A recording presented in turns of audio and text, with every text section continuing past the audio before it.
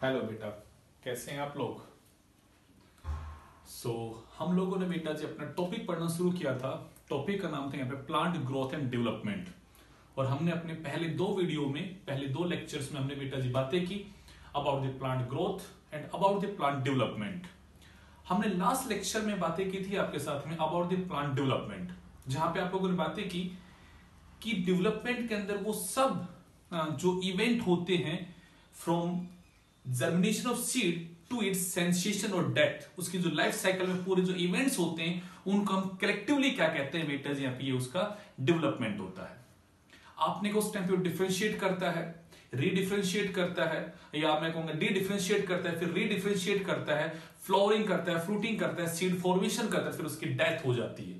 तो ये पूरी लाइफ में उसने जो अलग अलग फेजेस को शो किया है ये उसका डेवलपमेंट कहलाता है।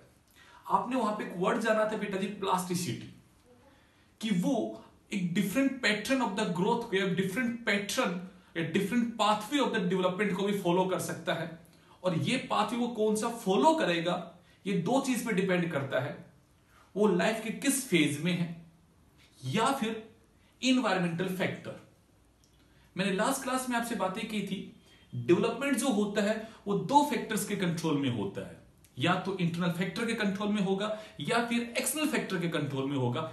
एक्सटर्नल फैक्टर सारे वेरिएबल है, लाइक आपने कहा लाइट कितनी अवेलेबल है, टेम्परेचर क्या है, ऑक्सीजन कितना है, वहां पे वाटर कितना अवेलेबल है, या न्यूट्रिएंट कितने अवेलेबल है, ये सब के सब इन्वायरमेंटल फैक्टर्स हैं जो अफेक्ट करते हैं बेटा जी ग्रोथ ऑफ द प्लांट को। एक तरफ आपने कहा था इंटरनल फैक्टर्स भी होते हैं जो ग्रोथ ऑफ द प्लांट के, डेवलपमेंट ऑफ द प्लांट को अफेक्ट करते हैं। वो कैसे डेवलप करेगा खुद को, कैसा pattern of the growth follow करेगा, ये डिपेंड करता है उसके इंटरनल फैक्टर्स पे भी। लाइक इंट्रासेलुलर मतलब factors that present within the cell, like genetics, उसका डीएनए के पास कैसी इंफॉर्मेशन है, कैसे पत्ते बनेंगे, कैसा स्टेम बनेगा, कैसी रूट बनेगी, ये इंफॉर्मेशन उसके जेनेटिक्स में है, उसके डीएनए में है, ये उसे डिसाइड करवाएगा।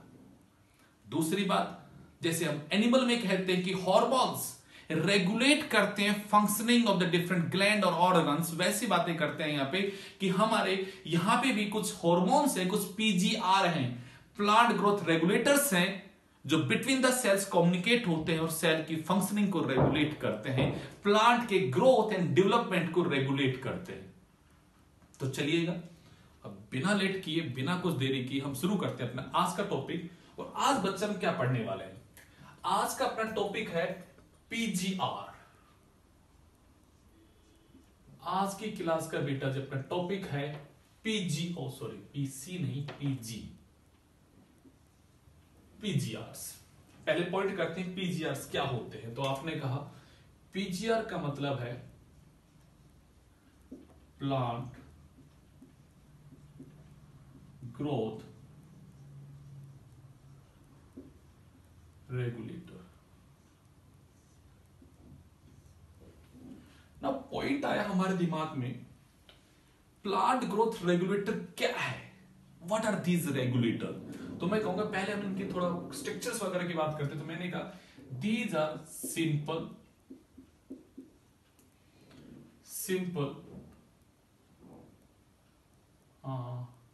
Diverse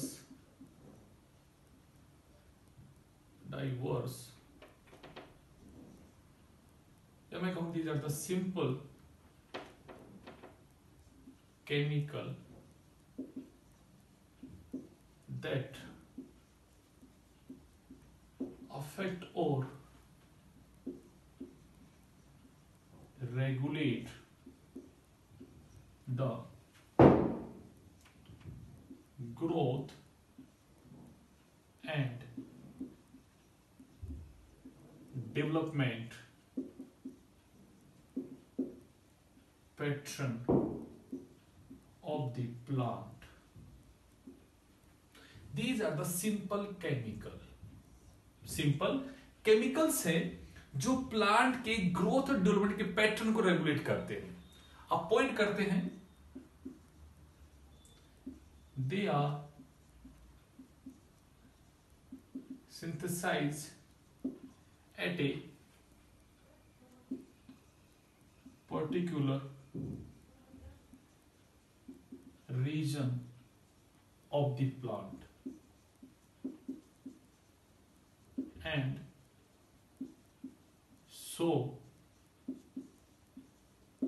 their effect either where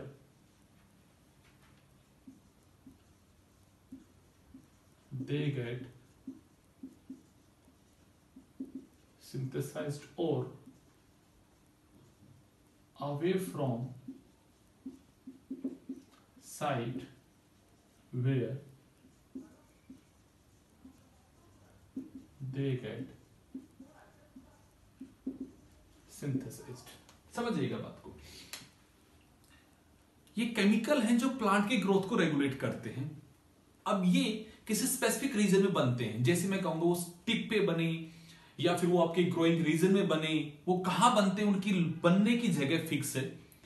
अब वो बनने के बाद जब सीक्रेट होते हैं तो वो अपना अफेक्ट कहां शो करते हैं, या तो वहीं शो करेंगे जहां वो बने हैं, या फिर उससे कहीं दूर जाके वो अपना अफेक्ट शो करेंगे।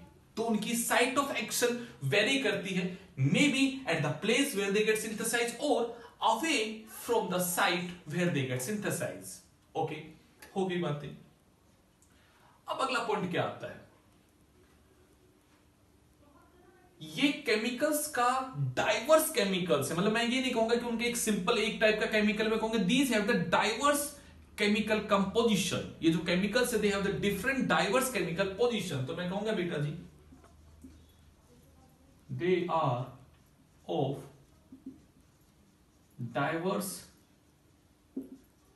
Chemical composition. अब श्रुति बेटा जब मैं ये लाइन लिखता हूं ना, दे have the diverse chemical composition, इस पे हमारे नीट में बेहतरीन क्वेश्चन बन जाता है, बड़ा अच्छा क्वेश्चन बन जाता है इस पे वंशी का बेटा। क्या बन जाता है कि ये केमिकल या मैं कहूंगा ये हार्मोन का क्या केमिकल कंपोजिशन है, इस हार्मोन का क्या केमिकल कंपोजिशन है, इस पे हमारे नीट में बहुत बार क्वेश्चन आते हैं। तो हमें वो टेबल बनानी और हमें देखना है कि वो क्या क्या उनकी कंपोजिशन है। चलिएगा,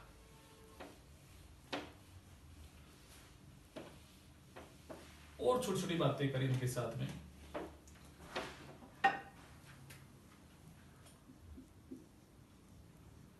They are synthesized in low concentration।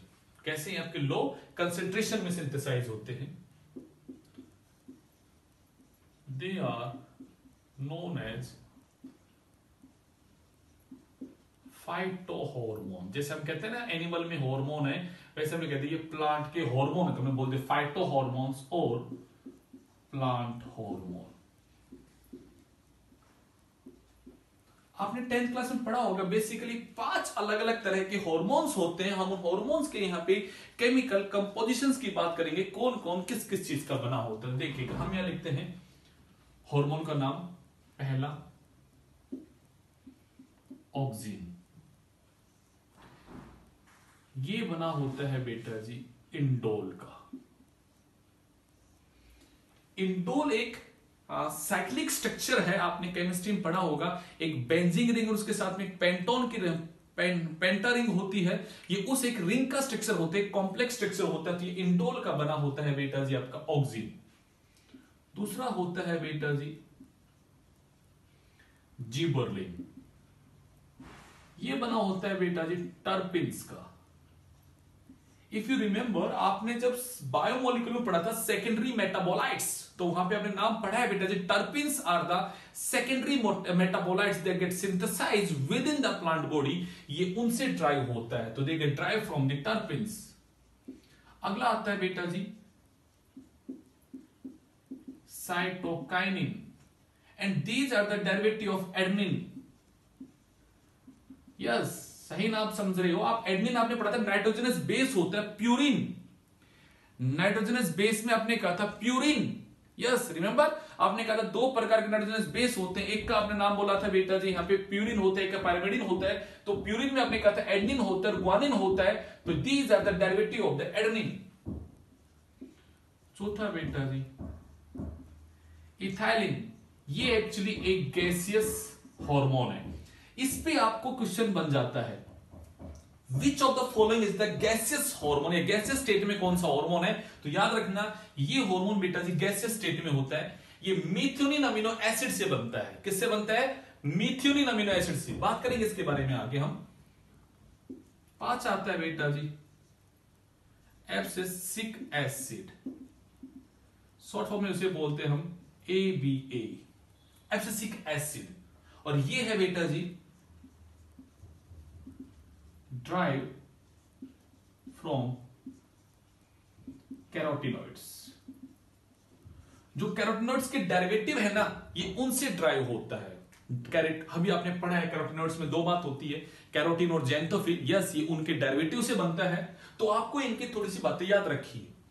Oxygen जो होता है इसका प्रिकर्सर है बेटा जी यहाँ पे इंडोल, या मैं कहूंगा नॉट प्रिकर्सर है, इसके स्ट्रक्चर में इंडोल रिंग होती है। तो आपको केमिकल याद रखना, ये इंडोल स्ट्रक्चर में होता है। ये टर्पिन से बनते हैं, ये एडेनिन का डेरिवेटिव है, ये गैसियस स्टेट में प्रेजेंट होता है, और ये कैरोटिनॉइड्स का डेरिवेटिव है। ठीक है, अगले वर्ड पे आते हैं हम। हमने ब्रॉडली पीजीआर्स को 2 कैटेगरी में डिवाइड कर दिया बेटा जी। हमने पीजीआर्स को 2 कैटेगरी में डिवाइड कर दिया बेटा जी।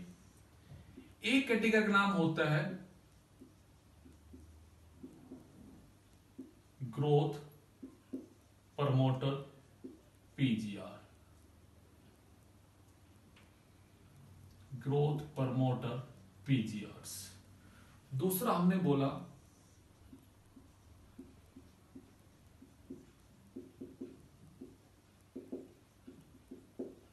Growth inhibitor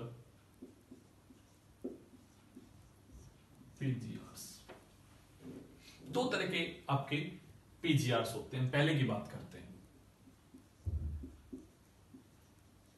they promote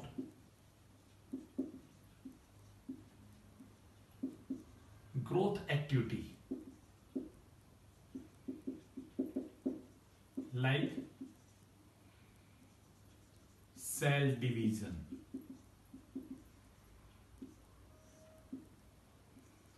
cell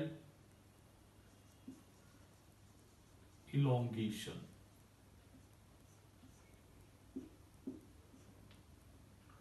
आप ये कह सकते हो ये फ्लावरिंग को करते हैं, fruit formation,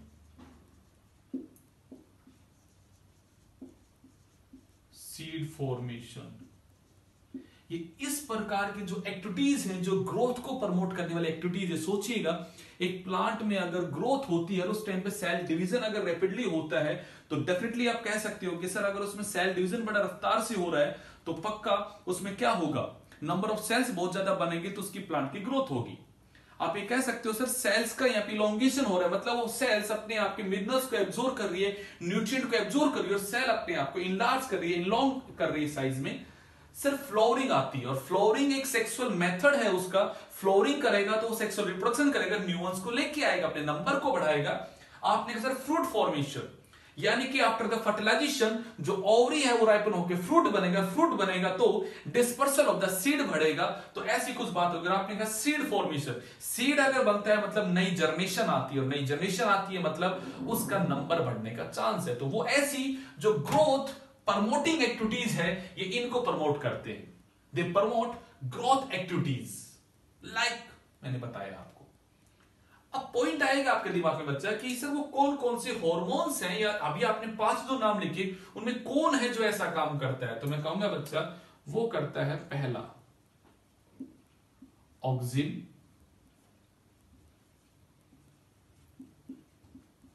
cytokinin,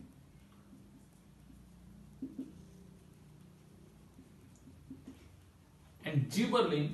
These 3 hormones are known as growth promoting hormone. क्या बोला बच्चा मैंने? These 3 hormones are known as growth promoting hormone.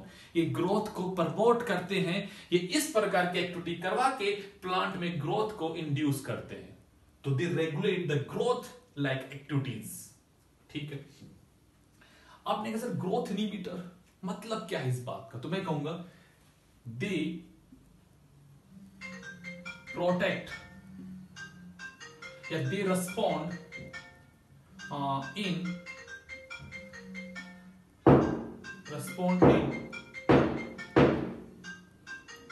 stress condition. ये मेनली किन में रेस्पॉन्ड करते हैं बेटा जी? यहां पे they respond in the stress condition और इन प्लांट बाउंड। प्लांट में कोई घाव हो जाए तो ये हार्मोन्स वहां पे एक्टिवेट होकर चीजों को रेगुलेट करते हैं, या फिर प्लांट पे कोई स्ट्रेस अप्लाई हो जाए उस कंडीशन में ये हार्मोन्स काम करते हैं। अब आप कहोगे सर क्या करते हैं? तो देखिएगा मैं क्या बताऊं आपको, समझ के देखते हैं। आपने कहा दे कॉज डोरमेंसी। अब डोरमेंसी होता क्या, पहले आपको इस वर्ड को समझना है। तो मैं कहूंगा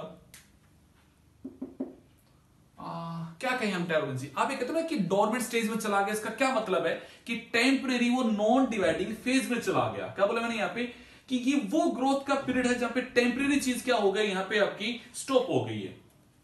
क्या कहें हम इसको?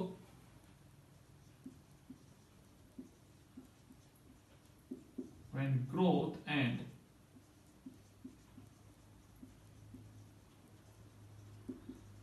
development get temporary stopped।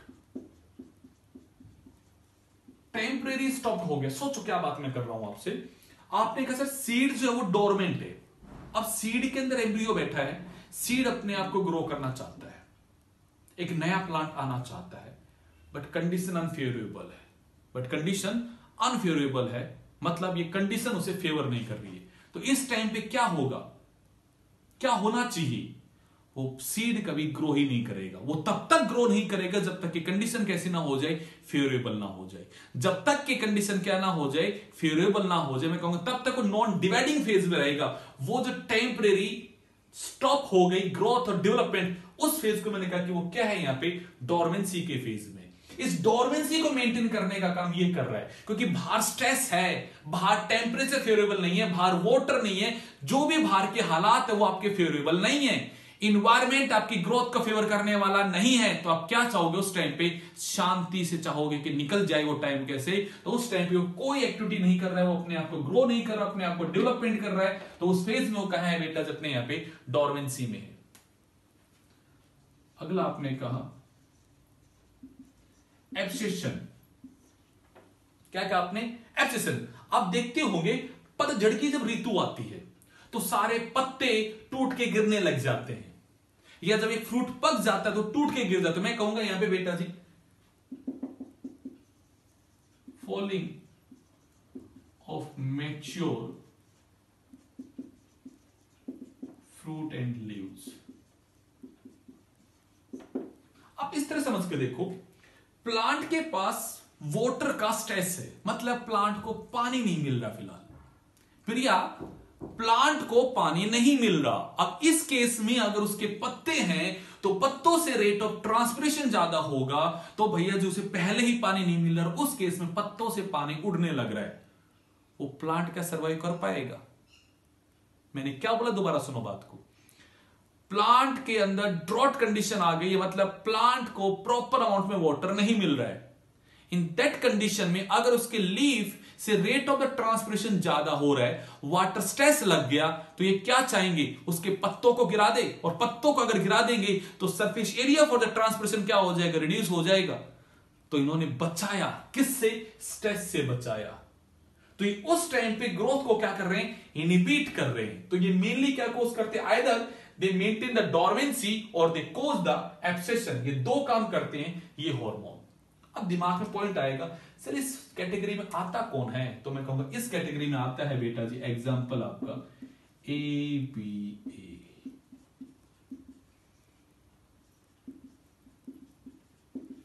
Abscisic acid. Abscisic acid is a hormone that is known as plant growth inhibitor। Plant inhibitor जो ग्रोथ इनहिबिटर जो PGR से उसमें कौन आता है? AB। और आपने कहा सर 3 यहां आ गए और 1 वहां आ गया, 4 को आपने क्लासिफाई कर दिया। What about the 5th hormone? एक हार्मोन बच गया, इथाइलिन। मानसी बेटा एक हार्मोन बच गया, कौन सा? इथाइलिन। चिंकी मैंने उसकी कोई बात नहीं की इथाइलिन की। क्यों? क्योंकि इथाइलिन को जब आप पढ़ोगे तो आपको समझ में आएगा वो ये फीचर भी शो करता है और वो ये फीचर भी शो करता है। तो मैं कहूंगा ethylene get fitted in both the group. Ethylene दोनों ग्रुप में फिट बैठता है। इथाइलिन के जब हम फंक्शन को पढ़ेंगे तो हमें समझ में आएगी बातें वहां निधि बेटा कि इथाइलिन ये भी करता है तो इथाइलिन ये भी करता है। इथाइलिन दोनों काम करता है और अगर इथाइलिन दोनों काम करता है तो मैं उसे किस कैटेगरी में रखूं? तो हमने कहा ethylene get fitted in both the categories, so we are not able to place the ethylene in one of the category, but mainly उसके अगर हम प्रोमिनेंट कैरेक्टर को पढ़े कि उसके मेन काम क्या है, मेन उसका काम क्या है, तो उसका मेन काम आएगा इस कंडीशन में। तो हम इंक्लूड कर देते हैं इथाइलिन को इस कैटेगरी में। बट मैं बता दूं इथाइलिन के फंक्शन दोनों कैटेगरी में क्या होते हैं बेटा जी? फिट बैठते। तो ये बात याद रखना, ethylene get fitted in both the categories but we study the ethylene into this category. हम पढ़ते इस कैटेगरी में है उसको, बट वो फिट दोनों कैटेगरी में होता है। उसके जो मेन फंक्शन है वो ये है, तो हमने उसे इस कैटेगरी में रख दिया। मेरा वर्ड याद रखना मैं क्या बोल रहा हूं, हमने उसे इस कैटेगरी में रख दिया। उसके मेन कैरेक्टर्स यहां मैच करेंगे बट वो फिटेड दोनों में होता है, फिटेड दोनों में होता है। अंशु समझ में आ रही है बात? अरे हां कि ना? तरुण, पारस, सचिन, सबको क्लियर हो रही है बात? ये बात आपको याद रखनी है। मैंने आपको इंट्रोडक्शन दिया है किसका? पीजीआर का। इसके साथ ही आपका इंट्रोडक्शन पार्ट खत्म होता है पीजीआर का। मैं आपको बता दूं ऑल पीजीआर डिस्कवर्ड एक्सीडेंटली, सब गलतियों से डिस्कवर हुए थे, कोई इंटेंशनली डिस्कवर नहीं हुआ। सब गलतियों से डिस्कवर हुए थे, एक्सीडेंटली सब डिस्कवर हो गए। तो याद रखनी इस बात को आपको, all the plant hormone discovered accidentally. लिख लेना इस लाइन, बड़ी इंपॉर्टेंट लाइन है। चलिएगा हम पहला हार्मोन शुरू करते हैं अपना,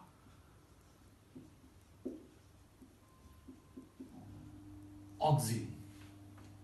पहला पॉइंट, फर्स्ट प्लांट हार्मोन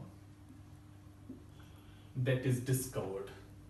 पहला प्लांट हार्मोन जो डिस्कवर्ड हुआ उसका नाम क्या था बेटा जी? ऑक्सीन। ऑक्सीन का मतलब होता है टू ग्रो। ऑक्सीन एक वर्ड है जो लैटिन भाषा से लिया गया था। ऑक्सीन एक वर्ड है जो लैटिन भाषा से लिया गया था। एक ऑक्सीन वर्ड का मतलब होता है टू ग्रो। ये पहला हार्मोन था जो डिस्कवर हुआ बेटा जी। अगला वर्ड याद रखना, FW went is the first scientist who isolate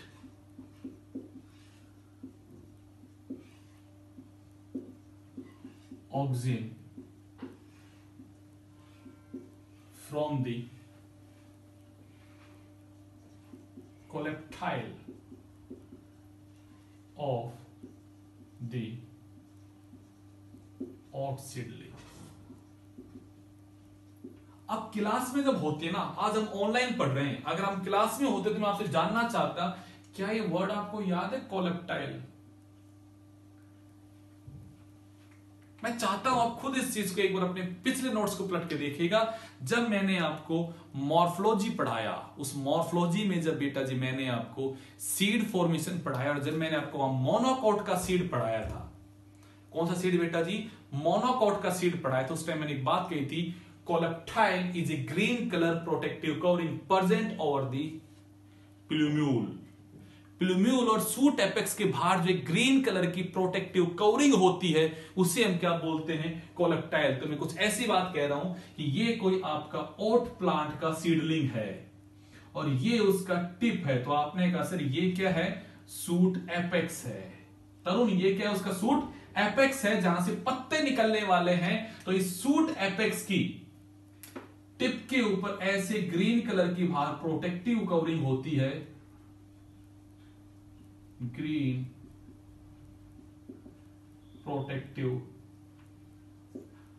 covering और suit apex is called coleoptile. ये याद रखना। ऐसे मैंने आपसे कहा था रूट के बाहर एक प्रोटेक्टिव कोटिंग होता है, उसका नाम होता है कोलेराइजा। आपने कभी, अगर आप गांवों से आते हो और आपने कभी देखा होगा गांव में कि जब आपका गेहूं का प्लांट उग के बाहर आता है तो बिल्कुल एक धागे का जैसा बाहर निकल के आता है, फिर एक कवरिंग बाहर से फटती है, तब उसके 2 पत्ते निकल के आते हैं बाहर। जब भी मोनोकोट प्लांट ग्रो करता है उसके टिप के ऊपर हमेशा बेटा जब वो ग्रो करता है तो उसकी सूट टिप के ऊपर ऐसे प्रोटेक्टिव कवरिंग होती है, उसका नाम होता है कोलेप्टाइल। और जब कोलेप्टाइल रैप्चर होता है उस टाइम पे अंदर से निकलता है बेटा जी आपके लीफ। तो मैंने कहा ऐसे ही एक सीडलिंग है, एक छोटा सा प्लांटलेट है जो ग्रो हो रहा है, एक सीड ग्रो हो रहा है। वो जब ग्रो हुआ तो उसका जो बाहर का एपेक्स वाला पार्ट है, उसके बाहर जो कोलेप्टाइल है, हमने उससे भैया जी पहली बार निकाला। किसने? एफडब्ल्यू वेंट ने फर्स्ट टाइम आइसोलेट किया। ये बात याद रखनी है। एक बात और याद रखनी है, it is the hormone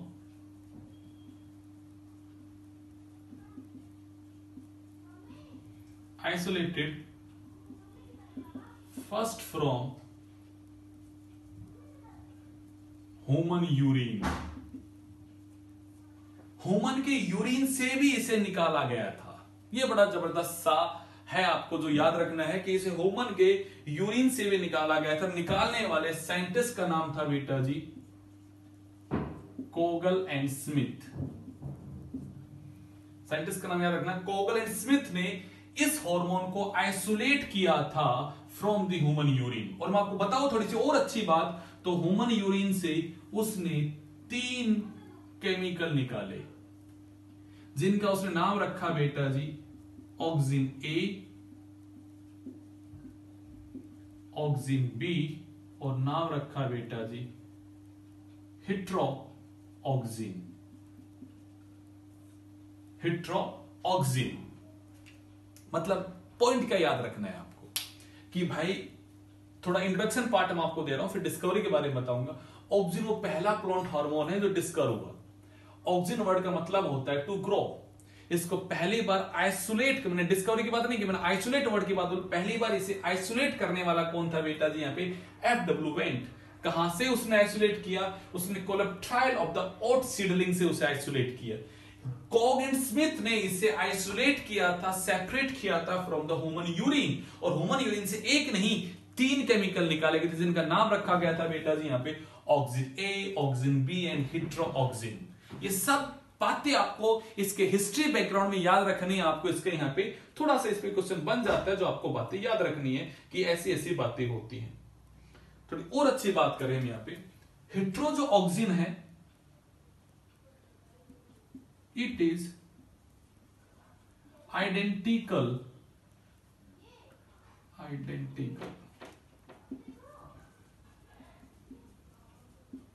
to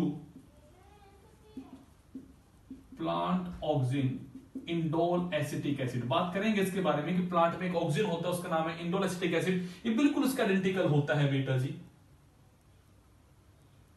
okay, एक और बात, ये मेनली उनके यूरिन में ज्यादा मिलता है, उनके यूरिन से निकाला जाता है। इनको डिजीज होता है, कौन सा बेटा जी?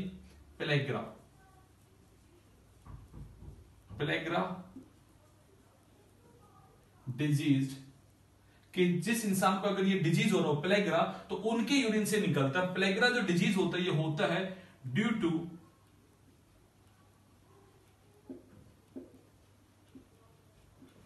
Deficiency of niacin vitamin. Confuse नहीं होना है, कंफ्यूज नहीं होना है मेरे बच्चा, कंफ्यूज नहीं होना है। सुनिएगा दोबारा हम क्या बात कर रहे हैं। ऑक्सिन आपका पहला हार्मोन था जो डिस्कवर हुआ। इसका मतलब होता है टू ग्रो। और इसे डिस्कवर करने वाले साइंटिस्ट का, आइसोलेट करने वाले साइंटिस्ट का नाम था एफडब्ल्यू वेंट। और उसने कहां से निकाला बेटा जी यहाँ पे? Coleoptile of the oat seedling से। ये एक ऐसा हार्मोन है जो ह्यूमन के यूरिन से निकला। बेटे कौन, किन के ह्यूमन यूरिन से? जिनको डिजीज हो रहा था। कौन सा बेटा जी? प्लेग्रा। और प्लेग्रा एक डिजीज है जो होता है नियासिन विटामिन की डेफिशिएंसी से बेटा जी यहाँ पे। और ये जो 3 ऑक्सिन निकले, ऑक्सिन ए, ऑक्सिन बी और हिट्रोऑक्सिन, तो हिट्रोऑक्सिन जो है ये बिल्कुल वैसा ही होता है स्ट्रक्चर में जैसा कि प्लांट के अंदर रियल ऑक्सिन होता है। क्योंकि ये प्लांट हार्मोन है, हमारा कोई ना हार्मोन है, बट जिनको प्लेग्रा हो रहा है उनके यूरिन में ये बैठा है। तो मैंने कहा भाई ये तो बिल्कुल वो का वो है जो कि प्लांट के अंदर नेचुरली प्रेजेंट होता है। कौन सा? Indole acetic acid. बातें करेंगे इसके बारे में अभी बाद में, पर हमने कि बिल्कुल इसका आइडेंटिकल होता है। तो आपको पूछा जाएगा मेनली ऑक्सीजन किन के यूरिन से निकाला जाता है, तो बोल देना यहाँ पे जिनको प्लेग्रा डिजीज हो रहा है उनके यूरिन से आइसोलेट किया गया था। और भाई किससे होता है, डेफिनेटली नियासिन से होता है। कई बार जब अच्छा लेवल का क्वेश्चन बनता है तो ऐसी बात हो जाती है, आपको याद रखनी ये बातें। चलिए ये तो था इसका छोटा सा इंट्रोडक्शन। इंट्रोडक्शन के अंदर और मैं इसके बारे में कुछ बातें बताऊं आपको बेटा जी। It is a heterocyclic structure. Chemically आप अगर देखोगे, केमिकली आप देखोगे तो आप कहोगे it is a heterocyclic weak acidic hormone. Chemical nature कैसा है बेटा जिसका, एसिडिक होता है, वीक एसिड है, कोई बहुत बड़ा एसिड नहीं है, बहुत स्ट्रॉन्ग एसिड नहीं है, और ये एक हेट्रोसाइक्लिक है। चलो हम इसके बारे में, इसके स्ट्रक्चर की बात कर लें आपसे, इसका एक स्ट्रक्चर कैसा होता है, तो याद रखना इसके बारे में।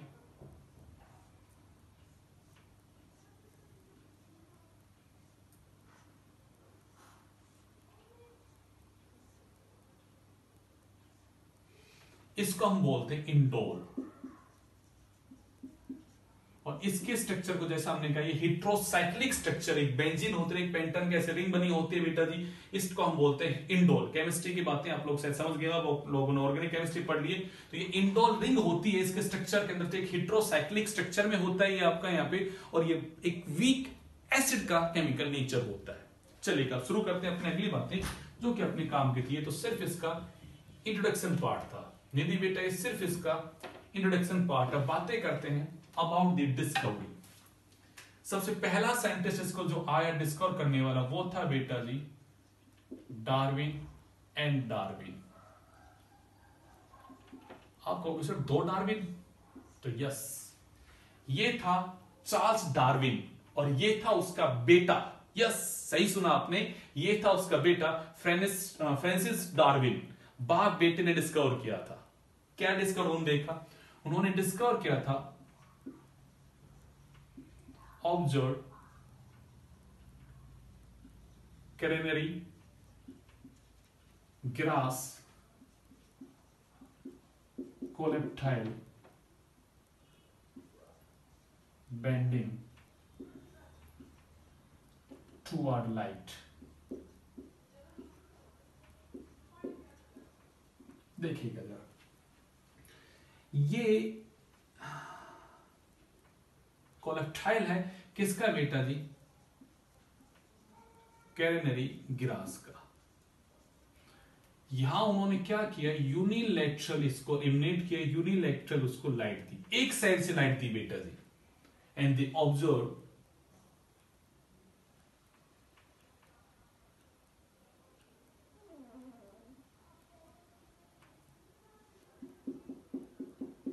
bending and they observe the bending of the colectile.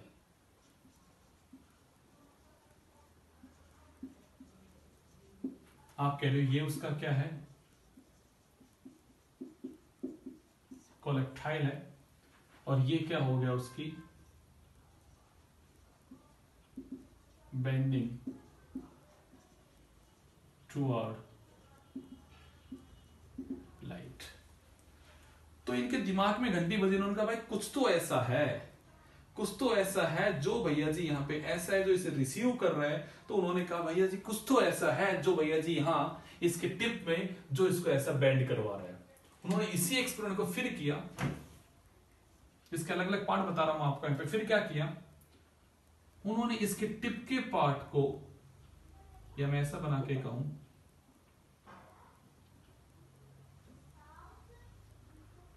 को कवर कर दिया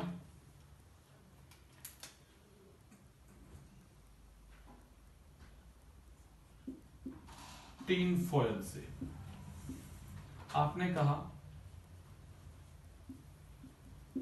कोलेप्टाइल कवर्ड विद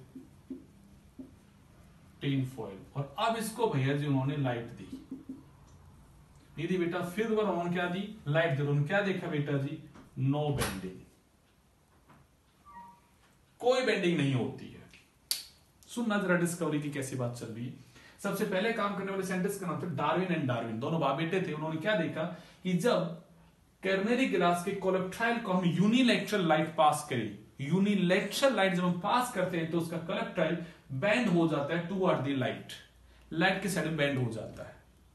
और अगर मैं उसी कर्नेरी गिलास के बेटा जी टिप को कवर कर दूं, किससे बेटा जी, यहाँ पे टिन के फॉइल से, तो अब वो टिप उस लाइट के सेंसेशन को रिसीव नहीं कर पा रहा है, क्योंकि उसके टिप को हमने एक बाहर फॉइल से कवर कर दिया। तो अब अगर उसके अंदर वो सेंसेशन नहीं जा रहे हैं तो हमने क्या देखा, there is no bending, there is no bending. हमने तीसरा काम किया कि ये जो भैया जी यहां पे कोलेप्ट्राइल है, हमने उसको डिकैपिटेट कर दिया, हमने टिप इज रिमूव्ड, हमने बेटा जो उसके टिप को क्या कर दिया, यहां पे रिमूव कर दिया। श्रुति, हमने उसके टिप को क्या कर दिया बेटा जी, यहां पे रिमूव कर दिया। और फिर बेटा जी हमने यहां पे इसको लाइट पास की एक ही साइड में, वही यूनिलैटरल पास की, और हमने क्या देखा, नो बेंडिंग। क्या देखा हमने, नो बेंडिंग।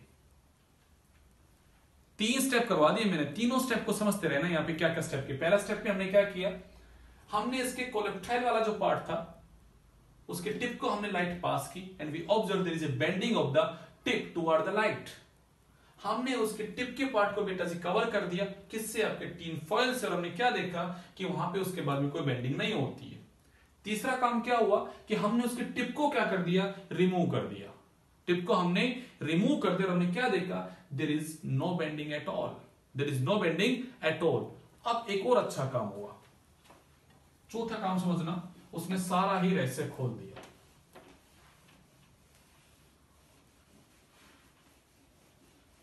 सारा ही रहस्य खोल दिया, और क्या खोल दिया,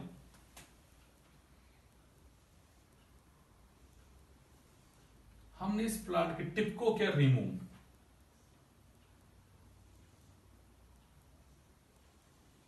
और इस टिप को बेटा जी हमने एक साइड में प्लेस कर दिया।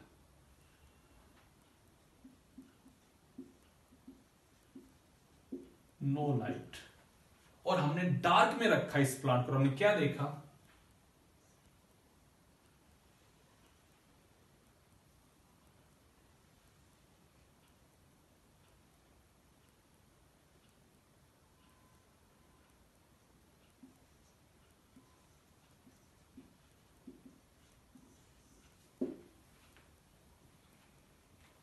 समझना बात को, पहले टिप थी, लाइट पास किया, लाइट के साइड में बेंड हो रहा था। पहला पॉइंट, हमने टिप को बाहर से कवर कर दिया टिन फॉइल से, लाइट पास की, कोई बेंडिंग नहीं हुई। हमने टिप को रिमूव कर दिया, और क्या देखा, अब लाइट पास करते हैं, कोई बेंडिंग नहीं होती है। मतलब टिप में कुछ ऐसा है जो उस लाइट के प्रति रिस्पॉन्ड कर रहा है, टिप के अंदर कुछ ऐसा है जो उस लाइट के प्रति यहां पे रिस्पॉन्स कर रहा है, उस लाइट के लिए रिस्पॉन्स कर रहा है। कुछ ऐसा है उस टिप में, कुछ ऐसा है उस टिप में जो उस लाइट के लिए क्या कर रहा है, यहां पे रिस्पॉन्ड कर रहा है। ठीक बात है। हमने अगले एक्सपेरिमेंट में क्या किया, हमने लाइट पास ही नहीं की, हमने लाइट पास ही नहीं की, और हमने क्या देखा बेटा जी, यहां पे हमने उस टिप को रिमूव करके एक कॉर्नर में रख दिया, और हमने यहां पे कोई लाइट पास नहीं की, और सिर्फ उसको एक साइड में रखने की वजह से भी यहां पे क्या हो गई, आपकी बेंडिंग हो गई। तो इससे हमें समझ में आई कि कुछ ऐसा है इस टिप में, कुछ ऐसा है इस टिप में जो नीचे बेटा जी पास ऑन होता है, और वो पास ऑन हुआ तो यहां पे रेट ऑफ ग्रोथ ज्यादा हुआ, और इस साइड में वो चीज नहीं है तो यहां पे ग्रोथ ज्यादा होती है और यहां पे ग्रोथ कम होती है। तो ये वाली साइड कैसी हो जाती है, साइड में बेटा जी ग्रो हो जाती है, और ये वाली साइड ज्यादा ग्रो नहीं कर पाई, तो हमने कहा क्या हो गई, बेंडिंग हो गई। दोबारा समझो मैंने क्या बोला, हमने कहा इस टिप में कुछ ऐसा है जो ये सब काम कर रहा है, जो सिग्नल को रिसीव कर रहा है। वो बेटा जी नीचे की साइड में क्या होगा, मूव किया, और यहां पे अगर वो चीज आ गई तो उसकी वजह से बेटा जी यहां पे क्या हुई, ग्रोथ हुई। और यहां पे अगर ग्रोथ हुई तो आपने कहा सर ये वाला पार्ट ज्यादा ग्रो कर गया, ये वाला पार्ट ग्रो नहीं करके गया, तो हमने क्या देखा, वो फिर दोबारा से बेंड कर गया। तो मतलब बेंडिंग में लाइट का कोई योगदान नहीं है, बेंडिंग में लाइट का कोई योगदान नहीं है।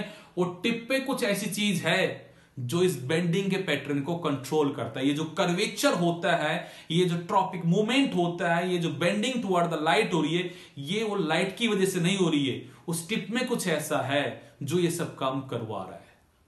ठीक बात है। इसी चीज को जब FW वेंट आया तो उसने क्या किया, इसी चीज को उसने और मॉडिफाइड किया और उसने उसे और अच्छा करके दिखा दिया। और उसने क्या अच्छा करके दिखा दिया,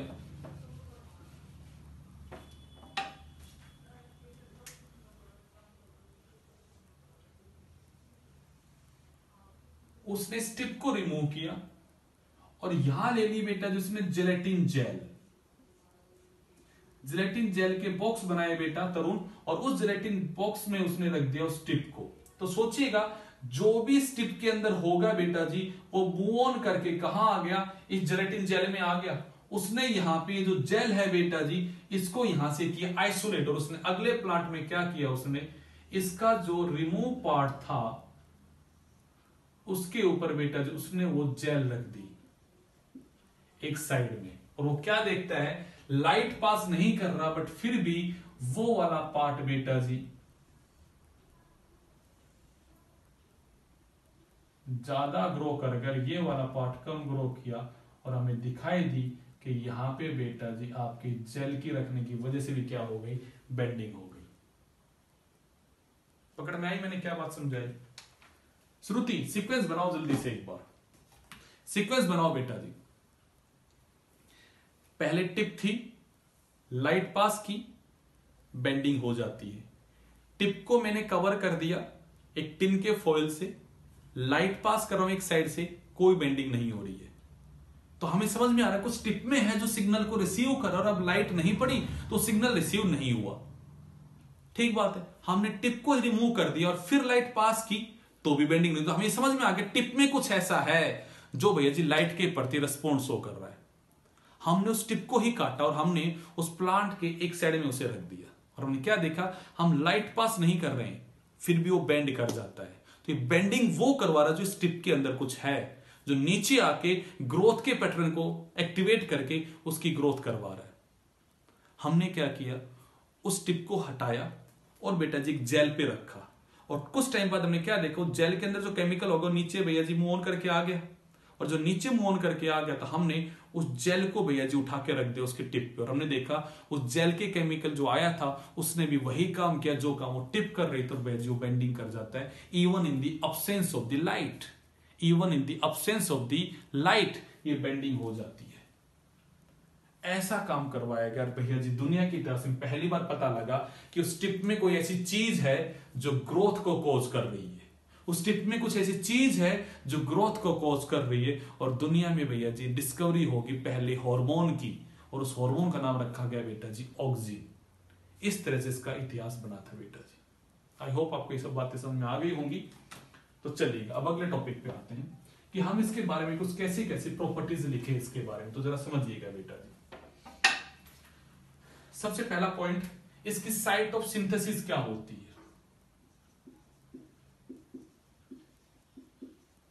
synthesise at shoot and root tip, ये हमेशा काम बनता है शूट और टिप के रिप पे बनता है बेटा जी। अगला बात आती है इसका मूवमेंट, तो इसका मूवमेंट होता है बेटा जी पोलर एंड बेसिपिटल। अब इस वर्ड को समझो, ये पे पोलर का मतलब है जैसे एंड होते हैं ना पोलर एंड, वैसे भैया जी, और बेसिपिटल टुवर्ड द बेस। तो आपने ऐसा कहा सर ये अगर हमारा प्लांट है और ये उसकी टिप है, तो टिप के अंदर क्या होता है बेटा जी, यहाँ पे सिंथेसाइज होता है, और ये टुवर्ड द बेस क्या करता है बेटा जी, मूव करता है। अगर ये मैं कहूंगा मेरे रूट की टिप है, ये मेरे रूट की टिप है बेटा जी, तो ये टुवर्ड द बेस, आप कह रहे हो भैया ये बेस है, तो ये टुवर्ड द बेस क्या कर रहा है, मूव कर रहा है। तो हमने कहा भैया जी इसका मूवमेंट जो होता है वो टुवर्ड द बेस होता है, एपेक्स से टुवर्ड द बेस। तो मैं कहूंगा एपेक्स टू बेस, ऐसी मूवमेंट को हम क्या बोलते हैं बेटा जी, बेसिपिटल मूवमेंट। आपने कहा जैसे पोल होते हैं ना, तो नॉर्थ और साउथ पोल, ऐसे पोलर मूवमेंट करता है ये भैया जी, आपके टिप से कहा जाता है टुवर्ड द बेस जाता है ये। ये बात याद रखना। इसके मूवमेंट के ऊपर पक्का हमारे नीट में क्वेश्चन आ जाता है। इसका मूवमेंट कैसा है बेटा? पोलर और बेसिपिटल होता है। बनता कहां है? सूट और रूट के टिप पे बनता है बेटा जी। ठीक बात है। अगला बेटा जी क्या करता है बेटा जी? ये प्लांट की ग्रोथ की एक्टिविटी को इंड्यूस करता है। ये प्लांट की ग्रोथ एक्टिविटी को ये इंड्यूस करता है ये। ठीक है, अब हम और बातें करते हैं। ये है कैसा बेटा जी? यहां पे acidic in nature, weak acidic है। स्ट्रक्चर में कैसा है? Heterocyclic and have indoor ring. अब जो ये बात याद रखना है, इसका प्रिकर्सर कौन है? प्रिकर्सर क्या होता है मानसी? प्रिकर्सर क्या होता है? तो प्रिकर्सर होता है बेटा जी कि वो किससे बनता है। तो इसका बनने का सोर्स क्या है बेटा जी? यहां पे tryptophan amino acid. Tryptophan amino acid से ये बनता है। तो याद रखना इसका प्रिकर्सर जो है वो कौन है बेटा जी? यहां पे tryptophan amino acid is the precursor of this hormone. Tryptophan is the precursor of this hormone. ये प्लांट के अंदर बेटा जी सिंथेसाइज होता है, बट भैया जी दुनिया में दो फॉर्म में एग्जिस्ट करता है बेटा जी। नेचुरली भी प्लांट में बनता है, हमने इसको आर्टिफिशियली भी सिंथेसाइज कर लिया। तो हम एक बात बोलते हैं बेटा जी, ऑक्सीजन जो होता है ये दो प्रकार का होता है। कैसा है बेटा जी? नेचुरल और हम बोलते हैं सिंथेटिक ऑक्सीजन। नेचुरल का एग्जांपल याद रखना बेटा जी, IAA फुल फॉर्म है बेटा जी इंडोल एसेटिक एसिड। दूसरा है बेटा जी IBA फुल फॉर्म है बेटा जी इंडोल ब्यूटायरिक एसिड। सिंथेटिक में बेटा जी आता है नेफ्थलीन एसिटिक एसिड। एक आता है बेटा जी आपका यहां पे 2,4-D 2,4 dichloro phenoxy acetic acid. ऐसे एक आता है 2,4,5-T, तो फुल फॉर्म हो जाएगी 2,4,5 ट्राइक्लोरोफिनॉक्सी एसिटिक एसिड। ये सब के सब बेटा जी आपके सिंथेटिक।